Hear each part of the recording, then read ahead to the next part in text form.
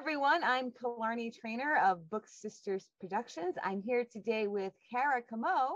Ceara, introduce yourself and who you're playing in the Sadie McAllister Files. I will, certainly.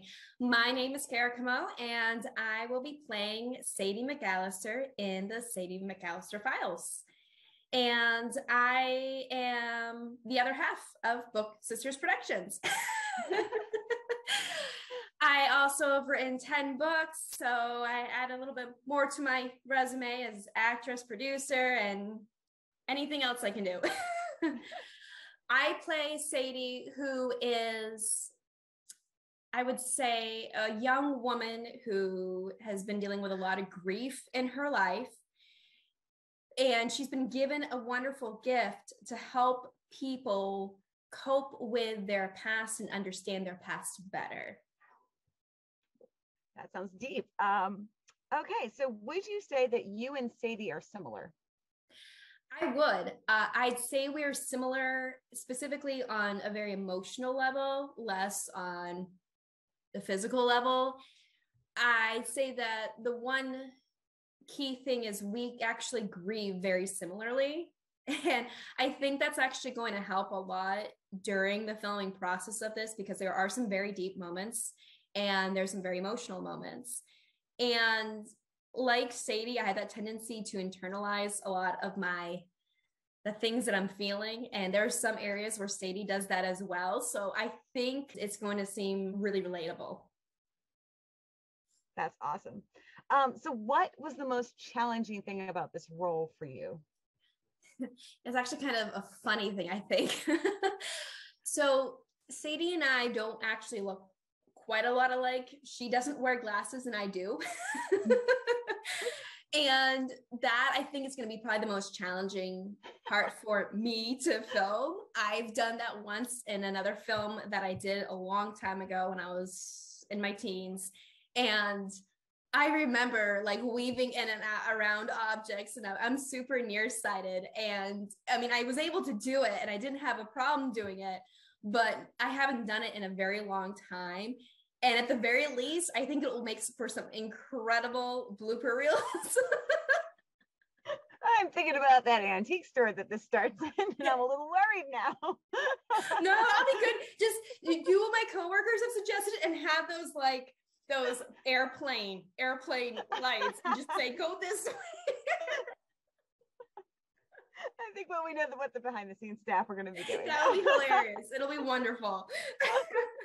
All right. So you are an author, which means you create worlds and characters and put them on page. How does being an author help you as an actress, or does it help you as an actress? It actually does a whole lot. In fact, I'm one of those people who think that acting and writing, really, they go hand in hand. When you're writing a fictional world, like I write in the science fiction world and fantasy world, you have to really get into your character. You have to really understand what they're going through. And it's kind of hard sometimes because when you're writing fantasy and science fiction, a lot of it deals with magic. There's a lot of magic involved. And obviously in the real world, there's none of that. So that gets hard. So you have to really put yourself in that character's position. I remember when I first started writing that I remember going out back in my parents' yard, and I'd have my headphones in. I'd listen to the song that really resonated with me for that scene I was writing, and I'd act everything out.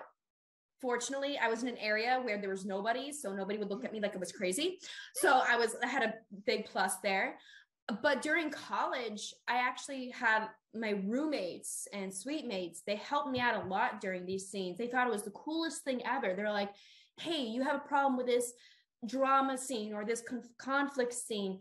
They're like, hey, let me be the bad guy and let's just work this out. And that's how I started story storming. And it was incredible to see. I'd be like, wait, that dialogue doesn't work right. Or maybe I like your idea better. And so doing that and working through that process really helped me as a writer and also as an actor too. And I feel like like I said, it really does go hand in hand. That's awesome. That's a really great story. So what's next for Sadie? What's next for Sadie? Well, depending on how many likes we get, there is quite a lot in store that could be for Sadie. I know you and I have talked about a possible season 2. Like I said, depending on how many likes we get and how much traction this gets.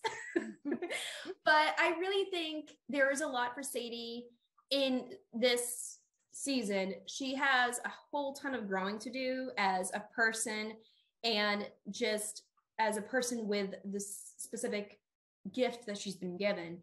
And I think just in a general sense that it leaves off in a way where it makes you ask more questions. So I think there's a lot more in store. I think if we did a season 2, that we wouldn't just be Sadie wouldn't just be growing. She'd be more comfortable in her skin, and we learn a little bit more, maybe even about her past and about herself. So I think there is so much room for us to grow, and I'm actually looking forward to where that could lead.